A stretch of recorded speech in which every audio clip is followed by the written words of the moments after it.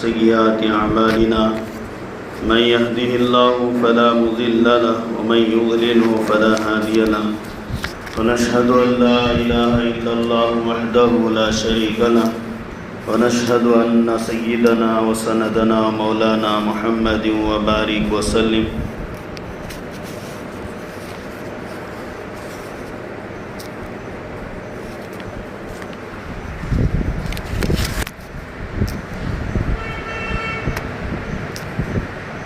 أما بعد أعوذ بالله من الشيطان الرجيم بسم الله الرحمن الرحيم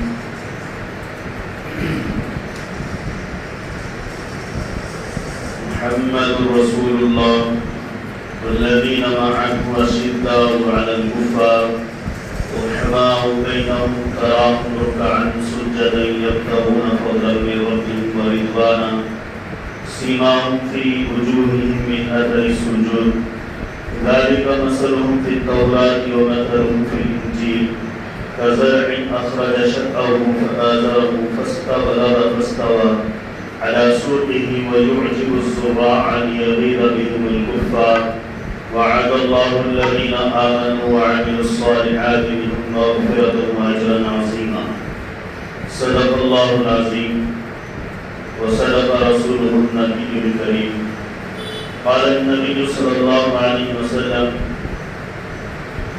اللهم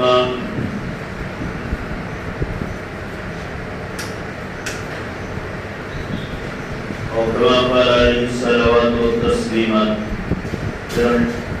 محترم بزرگ دوستوں اور عزیز ساتھیوں، دینی بھائیوں، اسلام کے شہدائیوں، حضرت عمر فاروق رضی اللہ عنہ خلیفہ ثانی، یار ثانی رسول اکرم صلی اللہ علیہ وسلم، اللہ نے آپ کا انتخاب پہلے ہی کر چکا تھا. ابن خلقان اپنی کتاب میں لکھتے ہیں کہ ملک شام کی فتوحات کے درمیان صحابہ کی اور تابعین کی ایک چھوٹی جماعت ایک بادشاہ کو اپنے کنٹرول میں لیتی ہے. تو بادشاہ کے یہاں خفیہ دستاویزات ہوتے ہیں. ان خفیہ دستاویزات کی جب تحقیق کی جاتی ہے تو اس وقت ایک زمانہ دراز کی دستاویزات میں حضرت انبیاء علیہ السلام کی تصاویر رہتی ہے. تصویر کا لینا حرام ہے، لیکن اللہ کی کوئی منشا تھی جن کو اللہ نے اس کو باقی رکھا تھا. وہ تصاویر کہاں سے آئی تھی؟ خود ابن خلقان اور فتوح البلدان اور فتوح الشام کی کتابوں میں لکھا ہوا ہے، جو تاریخ کی معتبر کتابیں بھی ہیں. اس میں لکھا ہے کہ وہ جماعت جو تصاویر کو پاتی ہے تو اس میں تمام انبیاء کی تصاویر دیکھتے دیکھتے حضرت رسول اللہ صلی اللہ علیہ وسلم تک پہنچنے کے بعد حضرت عمر فاروق اور حضرت ابوبکر صدیق رضی اللہ عنہ کی بھی شباہتیں رہتی ہیں. تو اس وقت جو پہلی بادشاہ ہے اس کو پوچھتے ہیں یہ کیسا ہے، تو نے ہمارے امیر کی یہ تصویر کیسے رکھی ہے؟ تو کہتا ہے یہ حضرت اسماعیل علیہ السلام کے زمانے سے یہ چلتا ہوا آ رہا ہے. یہ تابوت میں کیا رکھا ہے مجھے بھی پتہ نہیں. تو خود ابن خلقان تاریخ میں لکھتے ہیں کہ حضرت اسماعیل علیہ السلام کو یہ تمنا ہوئی کہ اللہ جتنے انبیاء بھیجا تھا ان کو دیکھنا چاہتے تھے اور نبی کے حواری کو بھی دیکھنا چاہتے تھے. تو اللہ تبارک و تعالیٰ نے آسمان سے حضرت جبرائیل امین کے ذریعے اپنے انبیاء علیہ السلام کی شکلیں اور شباہتوں کو بھیجا تھا. پھر اللہ نے یہ حکم دیا تھا کہ اسے تابوت میں رکھ دینا اور اسے دفن کر دینا. پھر حضرت یوسف علیہ السلام کے زمانے میں وہ تابوت حضرت یوسف علیہ السلام تک منتقل ہوا. پھر حضرت یوسف علیہ السلام کی قبر کے پتھر کے پاس ہی اسے دفن کر دیا گیا. پھر حضرت داؤد علیہ السلام جب نبی بنے تو آپ کو حکم ہوا کہ حضرت یوسف علیہ السلام کی نعش مبارک کو اور اس تابوت کو لے کر منتقل کر دیا جائے دوسرے ملک میں جہاں مسلمان بستے ہیں۔ مصر میں لے آنے کا حکم ہوا تو حضرت مصر سے لے کر شام میں لے کر آ کے دفن کر دیا گیا اس تابوت کو۔ اس طرح ملک شام میں وہ تابوت حضرت یوسف علیہ السلام کی نعش قبر اطہر بدل گئی۔ اس کا تذکرہ مختصر تھوڑا تھوڑا قرآن میں بھی ہے، پارہ نمبر 2 کے آخری صفحے میں ہے۔ فلما فصل اس آیتوں میں ہے کہ طالوت اور جالوت کا مقابلہ ہوتا ہے، اور طالوت جو ہے بادشاہ بنائے جاتے ہیں، اور جالوت ظالم ہوتا ہے، ہار جاتا ہے۔ جب ہار جاتا ہے تو مصر اور شام فتح ہو جاتا ہے۔ داؤد علیہ السلام سے سالار ہوتے ہیں، اور اس جماعت میں رہنے والے لوگ جو اللہ کے راستے میں نکلے تھے، کم من فئۃ قلیلۃ غلبت فئۃ کثیرۃ بإذن اللہ، بہت چھوٹی جماعت تھی، اور اللہ نے حکم دیا تھا کہ بڑی جماعت تھی اور اس بڑی جماعت کو پیاس لگی۔ فمن شرب منہ فلیس منی، جو اس ندی آئے گی اور ندی میں پیٹ بھر کر پانی پلے گا، جی بھر کر، تو مسلمان نہیں ہے۔ جو ایک گھونٹ پانی پیے گا وہ اس جماعت میں شریک ہے۔ جو روزے سے ہی رہ گیا وہ پکا مسلمان ہے۔ یہ اللہ نے کہا تھا۔ پھر اللہ تبارک و تعالیٰ نے منتخب افراد حضرت داؤد علیہ السلام کے ساتھ جوڑے 313 افراد۔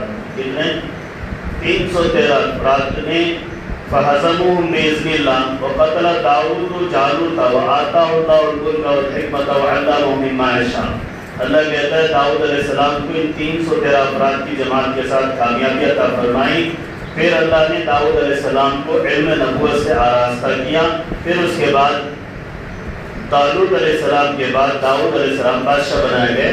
یہ طالوت علیہ السلام کو یہ حکم ہوا تھا کہ یوسف علیہ السلام کا جو مقبرہ ہے اس میں سے آپ کی نعش کو اٹھائیں اور ساتھ میں تابوت کو بھی لے کر ملک شام چلے جائیں۔ تو حضرت حزقیل علیہ السلام کے زمانے تک یہ باتیں محفوظ تھی، اور حضرت حزقیل علیہ السلام کی وفات کے بعد وہ بادشاہ کے قبضے میں آ گئی۔ اب بادشاہ لوگ اسے حفاظت سے رکھتے رہے، کوئی بھی اس تابوت کو کھولنے کی ہمت نہیں کیا۔ تو صحابہ اکرام نے تحقیق کیا تو اس میں یہ تصاویر تھی، اور یہی بات ہے۔ تصویر لینا نہیں لینا یہ الگ باتیں، اس پر بیان کرنے کی ضرورت نہیں ہے، اور کبھی اس کو زبر بات کی جائے گی۔ حضرت عمر فاروق رضی اللہ عنہ کا تذکرہ ان تصاویر میں تھا، یہ بتانا مقصود ہے۔ دوسرا، حضرت عمر فاروق رضی اللہ عنہ جب خلیفہ بنے، ابی بن کعب رضی اللہ عنہ یہ مسلمان ہوئے۔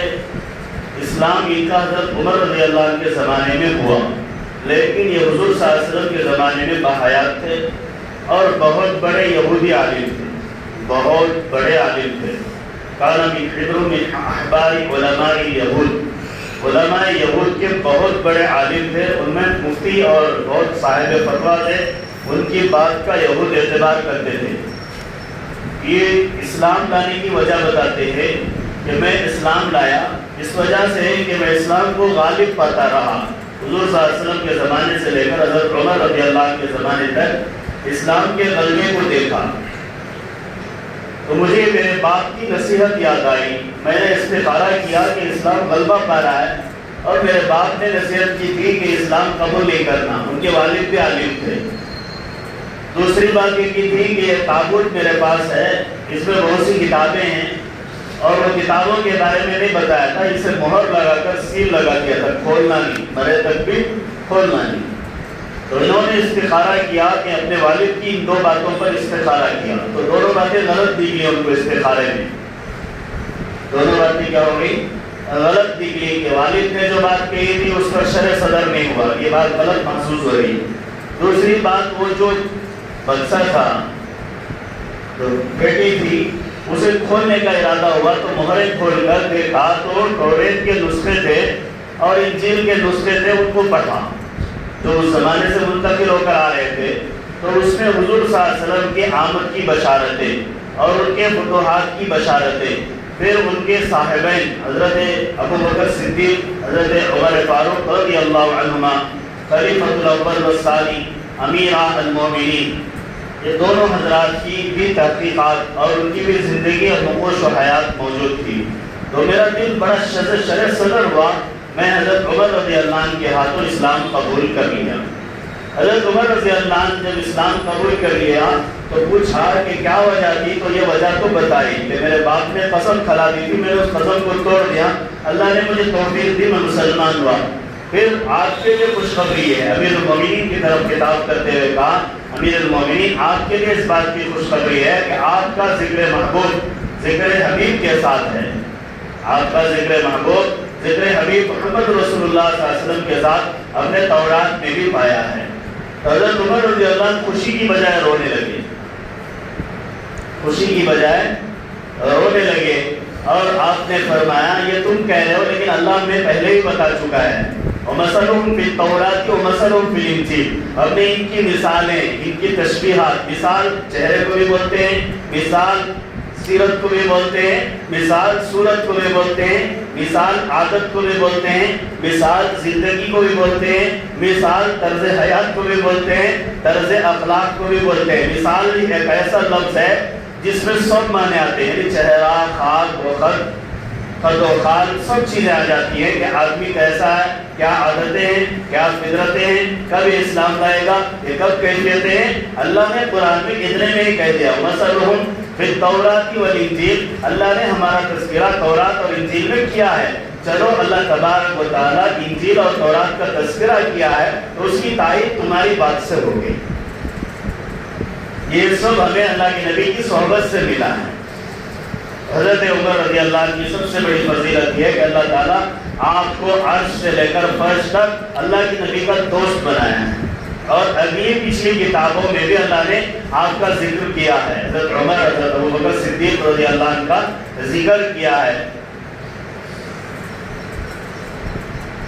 ایک اللہ کے نبی صلی اللہ علیہ وسلم کے حیات کے زمانے ہی کا واقعہ ہے. ایک صحابی اس بادشاہ تک پہنچتے ہیں، یہ بھی ابن خلدون نے ہی نقل کیا ہے اور ابن خلدون نے بھی نقل کیا ہے اور فتح البلدان میں بھی ہے. یہ تینوں کتابیں تاریخ کی ہیں، بڑی بڑی جلدیں ہیں ان کی. اس میں نقل کیا ہے کہ خود ایک صحابی آ کر کہتے ہیں میں نے آپ کو آپ کے صاحبین کے ساتھ ایک بادشاہ کے ساتھ دیکھا. آپ نے فرمایا وہ حق ہے، اللہ نے اس کو بھیجا تھا، اب میرے جانے کے بعد وہ مٹ جائیں گے. تو اب دنیا میں وہ تصویریں نہیں ہیں. اب دنیا والے کھوج بھی کریں گے تو آپ صلی اللہ علیہ وسلم کی آمد کے بعد، حضرت عمر رضی اللہ عنہ کی وفات کے بعد یہ تصویریں ختم ہو گئی. اللہ نے اسے مٹا دیا ان خوش کو. اس لیے کہ خود صلی اللہ علیہ وسلم نے فرمایا کہ اب ہمارے بعد یہ چیزیں ختم ہو جائیں گی. اب دنیا والے لال کی تلاش کریں تو بھی نہیں ملیں گے. کیا معلوم ہوتا ہے اللہ کے نبی صلی اللہ علیہ وسلم کو اللہ نے اپنے دو محبوب اور دو دوست کے ساتھ اللہ نے تائید کے لیے بنایا تھا. تو اللہ تبارک و تعالیٰ کا کرنا یہ ہوا کہ حضرت فاروق رضی اللہ عنہ کو اللہ نے اللہ کے حبیب محمد رسول اللہ صلی اللہ علیہ وسلم کی دعا سے چنا. اللہ کے نبی صلی اللہ علیہ وسلم نے دعا فرمائی اللہم الیک ادعو بعمر بن ہشام و بعمر بن الخطاب رضی اللہ عنہ. اللہ کے نبی صلی اللہ علیہ وسلم نے دعا فرمائی، رات میں کعبۃ اللہ کا غلاف پکڑا اور پکڑ کر کفار مکہ، قریش مکہ کی ظلم و زیادتی کا گلہ شکوہ اللہ سے کیا اور اسلام کی تائید کے لیے ایک بہادر کو مانگا. اسلام کی تائید کے لیے ایک طاقتور انسان کو مانگا، ایک بارعب انسان کو مانگا جس کی زبان بھی طاقتور ہو، جس کا جسم بھی طاقتور ہو اور جس کے اندر ایمانی حرارت کا شعلہ بھڑکتا ہو. ایسے ایک قوی انسان کو اللہ کے نبی صلی اللہ علیہ وسلم نے مانگا اور آپ کے اندر وہ قوت دو آدمیوں میں محسوس تھی. ایک عمر بن ہشام جسے ابو جہل آپ نے نام رکھا، دوسرا عمر بن خطاب رضی اللہ جسے آپ نے فاروق نام رکھا. ان دونوں کو دعا میں مانگا. ادھر ابو جہل اسی رات اعلان کر رہا تھا کہ محمد صلی اللہ علیہ وسلم کو جو قتل کرے گا نعوذ باللہ اسے 100 کروڑ انعام ملیں گے. ادھر حضرت عمر فاروق یہ نیت باندھ چکے تھے کہ قاتل میں ہی بنوں گا. یہ نیت باندھ چکے تھے کہ قاتل میں ہی بنوں گا.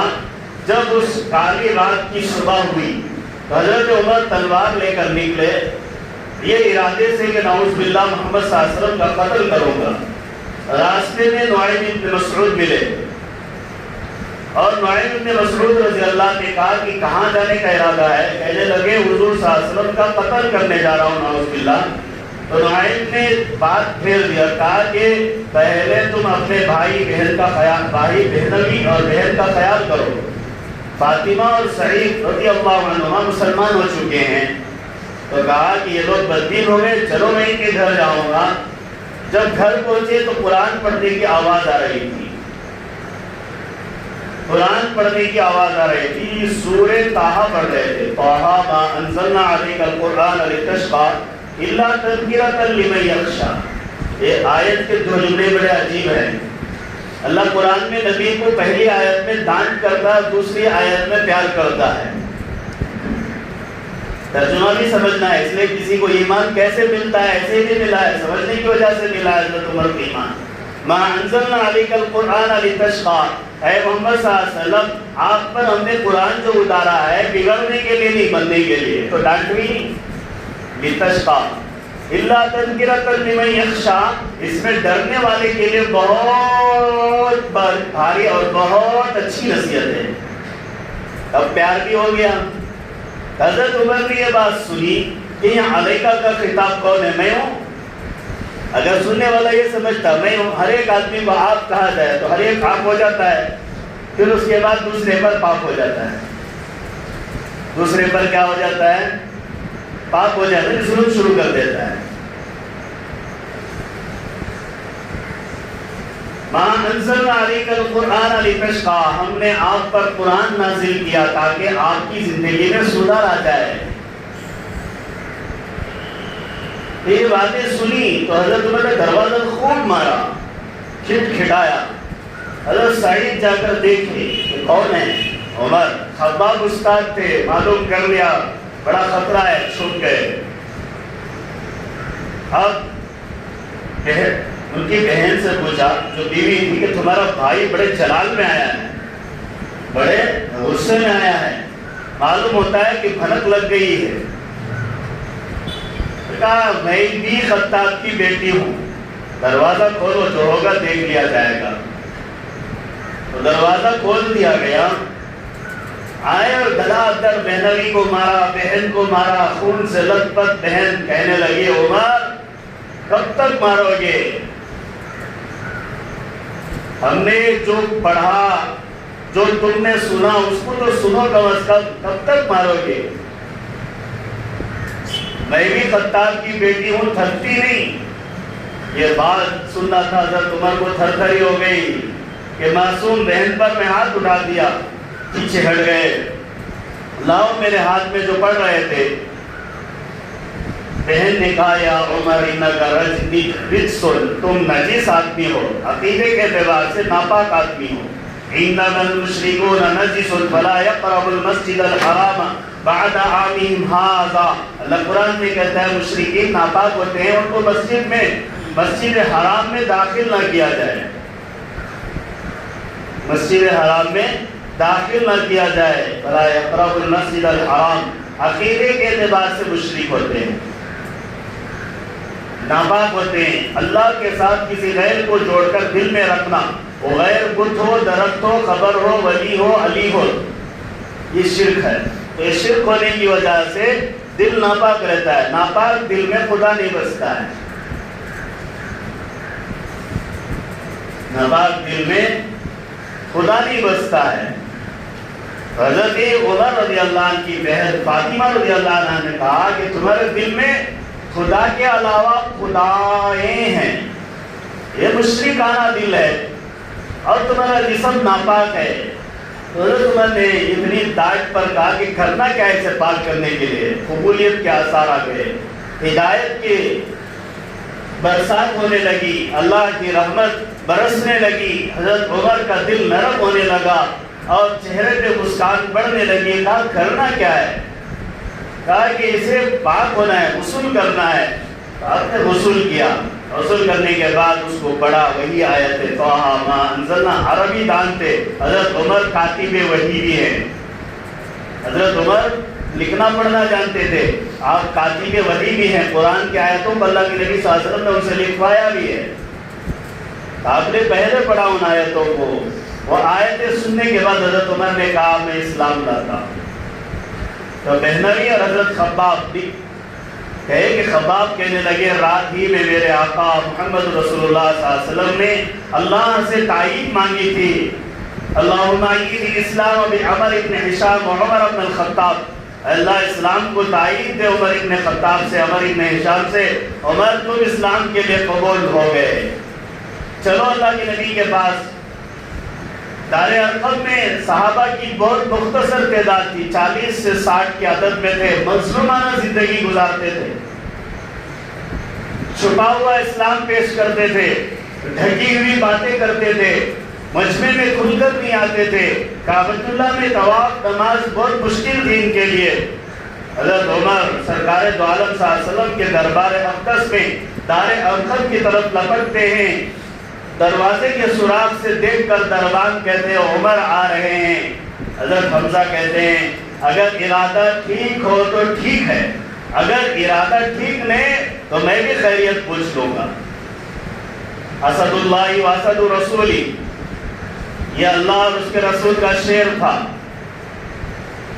وہ اسد اللہ الغالب تھے، وہ اللہ کی تلوار تھے. حضرت عمر رضی اللہ عنہ اللہ کی تلوار تھے. اب تلوار اور شیر کا جنگ ہوگی تو معاملہ تگڑا ہی ہوگا. تو انہوں نے بھی گرم کہا، آنے والا بھی گرم. لیکن جب دربان آ کر کہنے لگے کہ اللہ کے نبی عمر آئے ہیں، کیا حال ہے، کہنے لگے ویسا کوئی حال نظر نہیں آ رہا ہے جو حال سمجھا ہے. بلایا اندر، آپ نے آپ کا دامن پکڑا اور کہا اللہ. پھر دعا کی اللہم ایدی الاسلام بعمر ابن الخطاب. سامنے دعا کی اللہ عمر ابن خطاب سے اسلام کو کیا طاقت عطا فرما. حضرت عمر اسی وقت اشہد ان لا الہ الا اللہ و اشہد ان محمد رسول اللہ پڑھا، کلمہ پڑھ کر مسلمان ہو گئے. جب عمر اسلام لایا اسلام کو طاقت ملی. جب عمر اسلام لایا اسلام کی دعوت کو کھلے عام کرنے کی توفیق ملی. جب عمر اسلام لایا تو عمر کی تلوار نیام میں نہیں ہاتھ میں رہی.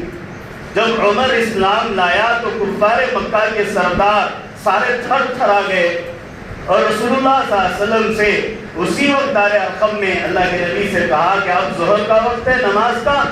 آپ نے کہا ہاں نماز کا وقت ہے، چلو میرے ساتھ، جو آئے گا میں اسے ٹکراؤں گا.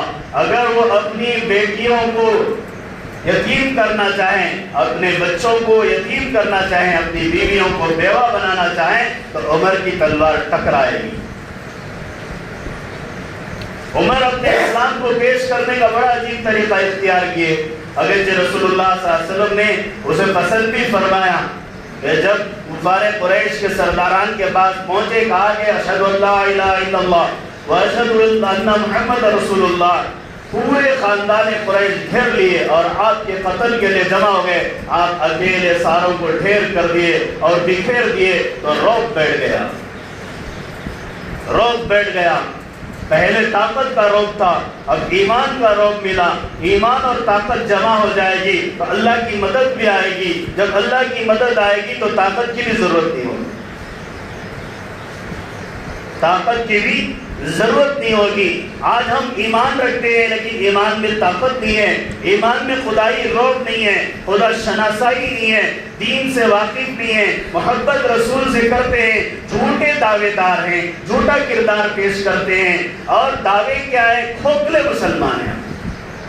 اگر یہ صحابی جو اس وقت مسلمان ہو کر جوامردی کا اظہار کیا وہ صحابی عمر بن خطاب ہوتا تو ہمیں کہتا کہ تم رسول اللہ صلی اللہ علیہ وسلم کے امت ہی نہیں ہو بلکہ مخالف ہو، بلکہ یوں کہا جائے مداہن ہو، بلکہ یوں کہا جائے منافق ہو. یہ جوامرد ایمان جب ایمان کو پیش کرتا ہے کفار کے مجمع تھر آ جاتے ہیں. اور رسول اللہ صلی اللہ علیہ وسلم کے صحابہ کعبۃ اللہ پہنچتے ہیں، غلاف کعبہ کو پکڑتے ہیں. دن کے اجالے میں 20 دن میں کعبے کو پکڑتے ہیں اور پکڑ کر دعائیں کرتے ہیں اور ساتھ میں طواف ہوتے ہیں، نماز پڑھتے ہیں، پھر واپس لوٹتے ہیں. اللہ تبارک و تعالیٰ نے حضرت عمر رضی اللہ عنہ کے ذریعے اسلام کو حمیت دی اور اسلام کو قوت دی اور اسلام کو طاقت دی، بلکہ اسلام کیا، مسلمان کیا، اللہ اور مسلمانوں اور اسلام کا دشمن شیطان کو بھی اللہ نے حضرت عمر سے ڈرا کے رکھا تھا۔ وہ بھی ان کے راستے میں نہیں آتا، وہ پچھلی گلی مار لیتا۔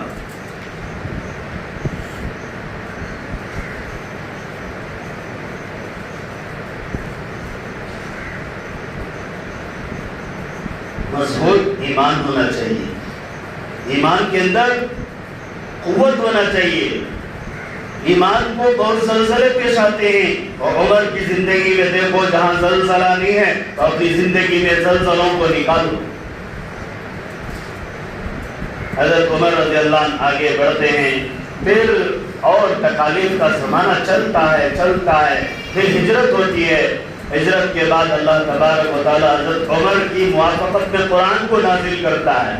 کئی مرتبہ حضرت عمر کا ارادہ ہوتا ہے، حضرت عمر کعبۃ اللہ کا طواف کرتے ہوئے یہ خیال کرتے ہیں کہ یہ مقام ابراہیم ہے، یہاں حضرت ابراہیم علیہ السلام کی جگہ آپ نے کعبہ کی تعمیر کے لیے قدم رکھے ہیں اور وہ پتھر موجود ہے، وہاں نماز پڑھنا ہے۔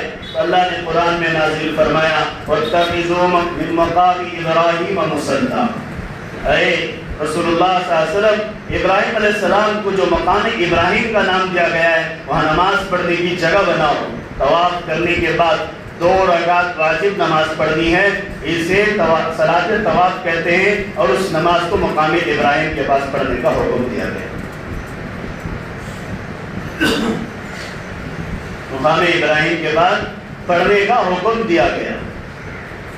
حضرت عمر نے حضرت عائشہ رضی اللہ عنہا کی پاک دامنی کے بارے میں بتایا، اے اللہ کے رسول، آپ پاک ہیں، اللہ آپ کو پاک بیوی دیا ہے، آپ ناپاک نہیں ہیں، ناپاک بیوی آپ کو نہیں دیتا۔ اللہ نے قرآن میں آیت نازل فرمائی الطیبات للطیبین والطیبون للطیبات، پاک مردوں کے لیے پاک بیویاں ملتے ہیں، پاک بیویوں کے لیے پاک مرد ملتے ہیں۔ حضرت عمر رضی اللہ عنہ نے کہا کہ اللہ کے نبی، آپ ہیں تو ہمارے دلوں میں ایمان کی حرارت ہے، آپ کے فیض سے ہم بافیض ہو رہے ہیں، لیکن زمانہ آئے گا کہ مستورات کے لیے فتنہ کھڑا ہو جائے گا عورتوں کے لیے، اس لیے آپ ابھی سے واضح حکم کر دیں کہ عورتیں اپنے گھروں میں رہا کریں۔ اللہ کے نبی صلی اللہ علیہ وسلم حضرت عمر کی رائے پر تھے ہی اللہ نے قرآن میں آیت نازل فرما دی وَقَرْنَ فِي بُيُوتِكُنَّ، عورتوں تم گھروں میں رہو، باہر نہ ہو، نماز بھی وہیں پڑھو، روزہ بھی وہیں رکھو، زکوٰۃ بھی وہیں سے دو۔ قرآن کہتا ہے یہ کون کس کی منشا تھی؟ اللہ کی منشا تھی۔ حضرت عمر رضی اللہ عنہ کی منشا تھی کہ اب فتح مکہ ہو گیا، اسلام کا غلبہ آ گیا، اب مسلمانوں کو ہی مدینے اور مکے میں رہنا چاہیے، یہ خیال تھا۔ اللہ نے قرآن میں آیت نازل فرما دی براءۃ من اللہ ورسولہ الی المشرکین عاہدتم من المسجد الحرام، اللہ برات کا اعلان کرتا ہے مشرکین کے کہ وہ اب نکل جائیں،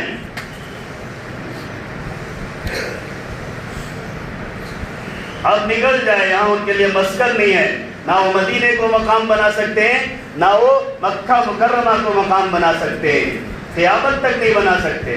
اگر کوئی بادشاہ داخل کر رہا ہے تو حرامی ہے اور کافر ہے، وہ بظاہر مسلمان ہے۔ ایسی باتیں بولنا بھی چاہیے، اس لیے کہ اللہ کے حکم کے خلاف کرنے والا ایمان والا نہیں ہوتا، بے ایمان آدمی ہوتا ہے۔ حضرت عمر کی منشا پر اللہ نے قرآن کو نازل فرمایا، پردے کے احکام نازل فرمائے۔ حضرت عمر کی منشا تھی جنگ بدر کے قیدیوں کو قتل کر دیا جائے، حضرت ابوبکر کی منشا تھی کہ چھوڑ دیا جائے۔ سرکار دو عالم صلی اللہ علیہ وسلم نے اپنے 2 یاروں کے فیصلے میں سے ایک یار کا فیصلہ نافذ کر دیا کہ چھوڑ دیا جائے۔ اللہ نے کہا نہیں، اس یار کا فیصلہ تیرا ہے، یہ فیصلہ میرے یار کا ہے، عمر کا ہے۔ اللہ نے قرآن میں کہا کہ نہیں، کیا تھوڑی سی دولت اور تھوڑی سی مال کے لالچ میں تم اپنے قیدیوں کو چھوڑ رہے ہو؟ اللہ کے نبی روتے ہوئے کہتے ہیں اگر عمر نہ ہوتا تو اللہ کا عذاب ابھی گھیر دیتا۔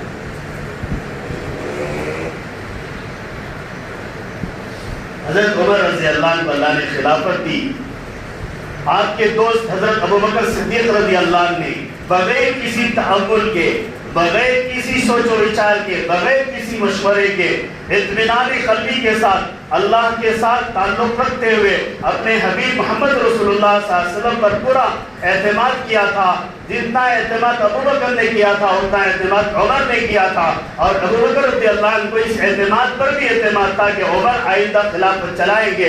اس لیے بغیر کسی غور و خوض کے اطمینان سے یوں کہہ دیا میرے بعد اگر کسی کو خلیفہ بنانا ہے تو عمر کو بناؤ. سرٹیفکیٹ بھی دے دی دنیا میں کامیابی کی. کون دیا؟ اللہ نے دیا، اللہ کے نبی نے دیا، اور اللہ کے نبی کے دوست حضرت ابو بکر صدیق رضی اللہ عنہ نے.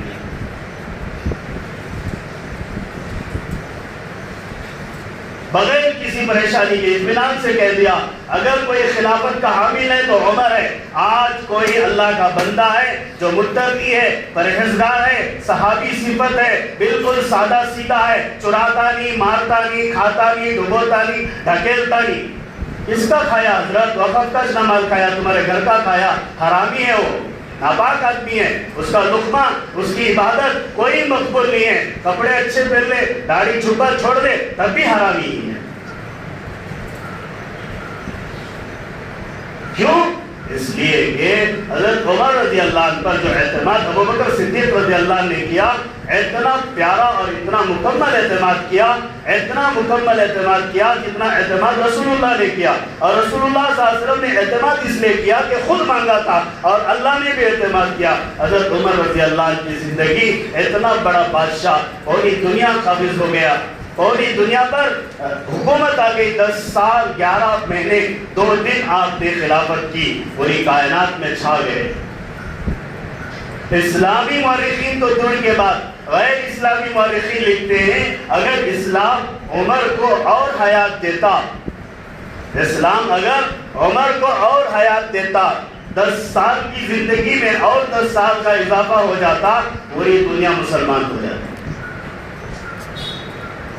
پوری دنیا مسلمان ہو جاتی. سادگی کیا ہے؟ سادگی تو یہ ہے منبر پر کھڑے ہیں، 2 کپڑے پہن لیے ہیں، ایک مقتدی اٹھ کر کہتا ہے، یہ امیر کا رعایا اٹھ کر کہتا ہے امیر المومنین ہم سب کو ایک کپڑا ملا، آپ کو 2 کپڑے ہیں. کیسے؟ آپ کہتے ہیں میرا بیٹا کہے گا. عبداللہ کھڑے ہوتے ہیں، کہتے ہیں میں نے اپنے حصے کا کپڑا امیر حضرت عمر فاروق رضی اللہ عنہ اپنے والد کو ہدیہ کیا ہے، اس لیے میرا اور آپ کا حصہ ملا کر پہنے.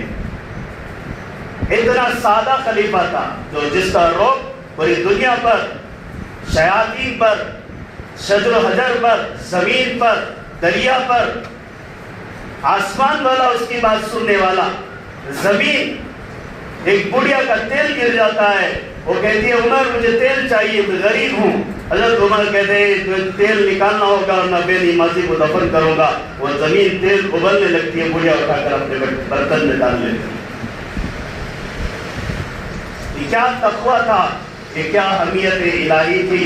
اللہ نے آپ کو کیا غیرت الہی دی. رسول اللہ صلی اللہ علیہ وسلم جنت میں آتے ہیں، شاہی محل دیکھتے ہیں، قدم رکھتے ہیں، اندر سے حوروں اور دربانوں سے آواز آتی ہے یہ آپ کا نہیں ہے. تو پھر آپ پوچھتے ہیں جبرائیل امین سے کس کا ہے؟ جبرائیل امین کہتے ہیں کہ عمر کا ہے. آپ پیچھے ہو جاتے ہیں. حضرت عمر کہتے ہیں اللہ کے نبی اندر جا کر دیکھ لیتے میرا محل کیسا تھا. تو اللہ کے نبی فرماتے ہیں عمر تمہاری غیرت یاد آ گئی، تمہاری غیرت مردانگی یاد آ گئی. تو اللہ کے نبی صلی اللہ علیہ وسلم نے جب یہ کہا حضرت عمر بڑے عاجز بن کر کہتے ہیں علی کا آغار یا رسول اللہ، غیرت تو سب پر پیش ہوتی ہے، آپ پر کیسے پیش ہوگی؟ اللہ کے نبی صلی اللہ علیہ وسلم آپ ہی کے صدقے توفیل میں یہ بندہ بنا ہے. عاجز ہو گیا بندہ. علی کا آغار یا رسول اللہ، آپ ہی کے صدقے صحبت میں، فیض صحبت کی وجہ سے یہ شاہی محل جنت میں تیار ہوا ہے. غیرت یاد آ گئی. یہ عمر ہیں جس نے اسلامی سلطنت کو عروج بخشا، اسلامی احکامات کا نفاذ کیا، پوری دنیا کو نظام سلطنت سمجھایا اور پوری دنیا کو انصاف اور عدل سکھایا. اور محکمہ عدل قائم کیا. پوری دنیا میں امن تھا. یہاں تک امن تھا کہ حضرت عمر کے زمانے میں ایک عورت سفر کرتے ہوئے یمن سے آئی اور مدینے میں اتری تو آپ نے اسے بلا کر پوچھا راستے میں کسی نے چھیڑا؟ کہا نہیں.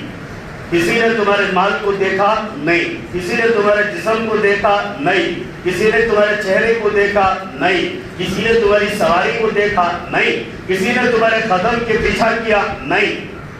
کہا اللہ کا شکر ادا کیا، اللہ میری حکومت میں اسلام کے ساتھ انصاف بھی ہے، انصاف کے ساتھ عدل بھی ہے، اور عدل کے ساتھ پاک دامنی بھی ہے. کیا فرمایا؟ اللہ اکبر. عدل بھی ہو، انصاف بھی ہو اور پاک دامنی بھی ہو. کتنی بڑی بات ہے، کتنی بڑی بات ہے. اتنا اللہ کے حکموں پر چلنے والا بادشاہ جب اپنی زندگی کا آخری حصہ دیکھتا ہے، حج کرتے ہوئے واپس لوٹتے ہوئے ایک سیراب میں لیٹتے ہیں. سیراب کہتے ہیں بالوں کی زمین پر لیٹ کر چاند کو دیکھتے ہیں. چاند بڑا خوش رہتا ہے، کروٹیں بدلتا ہے. آخر میں ڈوبنے کے اوقات آ جاتے ہیں. تو حضرت عمر کہتے ہیں چاند کو خطاب کر کے تیرا ڈوبنا روز ہوتا ہے، میرا ڈوبنا ایک بار ہوتا ہے، اب میری حیات بھی ختم ہوتے آ رہی ہے. اسی وقت وہ چاندنی رات میں تہجد کے وقت میں نماز تہجد کے بعد یہ دعا کرتے ہیں اے اللہ مجھے شہادت بھی دینا، رسول اللہ صلی اللہ علیہ وسلم کے گھر میں دینا. کیا دعا پیاری کی، شہادت بھی دینا، رسول اللہ صلی اللہ علیہ وسلم کے گھر میں دینا. اللہ نے قبول کر لیا. مغیرہ ابن شعبہ کا غلام آتا ہے، لولو، اس کا نام فیروز لولو ہے. وہ آ کر کہتا ہے میرا آقا ٹیکس بڑھا دیا ہے، یعنی میری کمائی کا فیصد میں بڑھا دیا ہے. کہنے لگے کیا دے رہا ہے؟ کہنے لگے 10 درہم میں 100 درہم میں 2 درہم دے رہا ہے. 100 درہم میں 100 درہم تو بہت بڑے پیسے ہیں. حضرت عمر نے کہا کوئی پیسہ بڑھا نہیں لے رہا ہے، 2% ہی لے رہا ہے نا، کوئی بڑی بات نہیں. 98% تو تمہارے حق میں ہے. تو غصے میں چلا جاتا ہے اور اس کے دل میں کڑن رہتی ہے کہ ہماری جو پارس، ایران، عراق، یہ سب پارسی ملک تھے، یہ سب فتح ہو چکے ہیں اور ہمارے آدمی قیدی بن رہے ہیں. حقیقت میں وہ مسلمان نہیں تھا، مجوسی تھا، اسلام ظاہر کر رہا تھا. اس کے دل میں جلن تھی تو وہ جلتا بھونتا نکل جاتا ہے. حضرت عمر اپنے گھر کے لیے چکی بنانا چاہتے ہیں تو چکی بنانے میں ماہر ہوتا ہے. پھر اسے بلاتے ہیں گرائنڈر، بلا کر پوچھتے ہیں کیا تو بہت اچھی چکی بناتا ہے؟ معلوم ہے. کہا ایسی اب کی بار چکی بناؤں گا پوری دنیا اسلام میں شہرت ہوگی. حضرت عمر تاڑ لیتے ہیں، کہتے ہیں یہ میرے قتل کی دھمکی دے رہا ہے. پھر بھی گرفتاری کا وارنٹ نہیں کرتے. کیوں؟ یہ اشارے سے بولا ہے، واضح ضرورت نہیں ہے، اس لیے گرفتاری کا وارنٹ جاری نہیں کرتے ہیں، چھوڑ دیتے ہیں. نماز فجر میں ایک دن موقع پا کر وہ آپ حضرت عبد الرحمن ابن عوف کے ساتھ میں کھڑا ہو جاتا ہے. کتنا سا آدمی رہتا ہے، کتنا آدمی رہتا ہے. حضرت عمر رضی اللہ عنہ سورہ پڑھتے ہیں فاتحہ، اس کے بعد سورہ یوسف شروع کر دیتے ہیں. کیوں؟ اللہ اس وقت یوسف کو یاد دلایا. یوسف بھی قربان ہوا تھا، نثار ہوا تھا، اب عمر بھی قربان اور نثار ہونے جا رہا ہے. اللہ نے سورہ یوسف اتار دی. حضرت عمر کے دل میں چلنے لگی، مچلنے لگی، زبان میں تلاوت جاری تھی. آپ سورہ کے درمیان میں پہنچتے ہیں تو یہ سورہ بھی ایسے ہی کہ مزہ آتا ہے. وہ سورہ بھی ایسا ہے، قرآن پڑھو اور سمجھ کے پڑھو، مزہ دیکھو، مزہ دیکھتے رہ جاؤ. اس میں مزہ ہی مزہ آتا ہے. ان کے زندگی کے نقوش رکوع در رکوع بدلتے ہیں. حضرت عمر لطف لینے لگے، صحابہ بھی اس لطف میں مگن ہو گئے. لولو دیکھا کہ سب مگن ہیں. اس نے آپ کی پیٹھ پر خنجر کے وار در وار، وار در وار، وار پر وار کر دی. آپ وہیں ڈھال ہو کر گر گئے. عبد الرحمن ابن عوف کو بلایا، مصلی پر کھڑا دیا. عمر کی شہادت کا گواہ کون بنے گا؟ منبر رسول بنے گا، محراب رسول بنے گا. عثمان کی شہادت کا گواہ کون بنے گا؟ قرآن بنے گا. کون بنے گا؟ قرآن بنے گا. حضرت عمر 8-10 دن میں شہید ہو جاتے ہیں. آپ کا زخم بھرتا نہیں ہے بلکہ زخم سے جو کھانا دوا کی وہی واپس آتی ہے. آپ کہتے ہیں اللہ نے قبول کر لیا ہے. اور میرے بعد 6 عشرہ مبشرہ موجود ہیں, ان کو میں سے ہی کسی ایک کو امیر منتخب کر لینا اور ان کے 6 کے نام دے کر آپ اس دار فانی سے رخصت ہو جاتے ہیں. آپ نے دنیا کو کیا دیا, اسلام کو کیا دیا؟ دنیا کو اللہ نے حضرت عمر کے ذریعے ماہر سیاست دان بنا کر سیاسی امور دیے. اور اسلام کو کیا دیا؟ اسلام کو یہ دیا کہ عمر کی حمیت ایمان والوں میں ہو جائے, عمر کی حرارت ایمان والوں میں رہے, عمر کا جذبہ ایمان والوں میں رہے, عمر کا ایمان والوں میں رہے. ایمان والا زندہ ہے, ورنہ اسلام رہتا ہے وہ سلمان مر جاتا ہے. وآخر دعوانا الحمدللہ.